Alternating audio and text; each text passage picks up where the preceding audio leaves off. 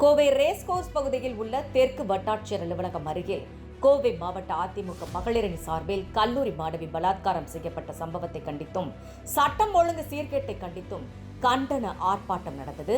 அதிமுக மாநில மகளிரணி செயலாளரும் முன்னாள் அமைச்சருமான வளர்மதி ஆர்ப்பாட்டத்திற்கு தலைமை வகித்தார்.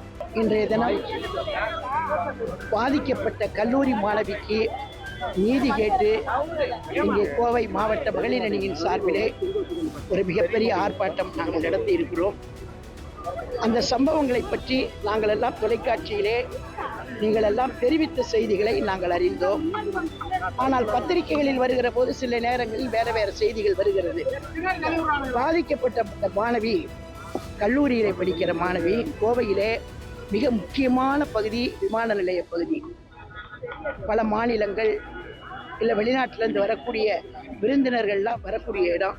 அதுக்கு பக்கத்திலேயே ஒரு பெண் இந்த அளவுக்கு சீரழிக்கப்பட்டிருக்கிறாள் என்றால் உண்மையிலேயே வன்மையாக கண்டிக்கப்பட வேண்டும்.